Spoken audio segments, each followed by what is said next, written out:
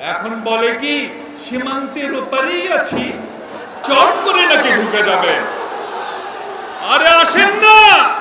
বিএনপির যুগ্ম মহাসচিব হাবিবুন নবী খান সোহেল শেখ হাসিনার কথা উল্লেখ করে বলেন, যে দলের নেত্রী কর্মীদের রেখে পালিয়ে যায় সেই দল করবেন না।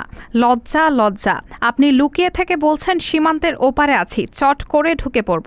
আরে আসেন, ভেতরে আসুন।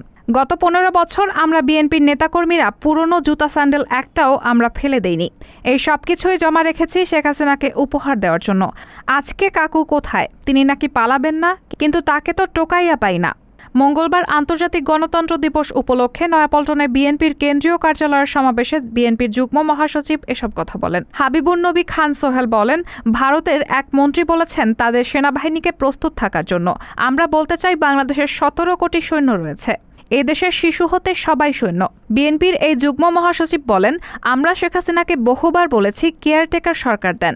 আমাদের দলের ভারপ্রাপ্ত চেয়ারম্যান তারেক রহমান বহুবার বলেছেন, কিন্তু তিনি আমাদের কথা শোনেননি। তিনি দাদাদের কথা শুনেছেন।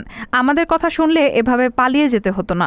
হাসিনার উদ্দেশ্যে সোহেল বলেন, দলের সব নেতাকর্মীদের ফেলে পালালেন, যেন চাচা আপন প্রাণ বাঁচা। আওয়ামী লীগের নেতাকর্মীদের বলি, যে দলের নেতা সবাইকে ছেড়ে পালিয়েছে তার দল করিয়েন না। যারা তাকে আশ্রয় দিয়েছে তাদের বলি যে হাসিনা খুনি। তিনি অসংখ্য শিশুসহ মানুষ খুন করেছেন।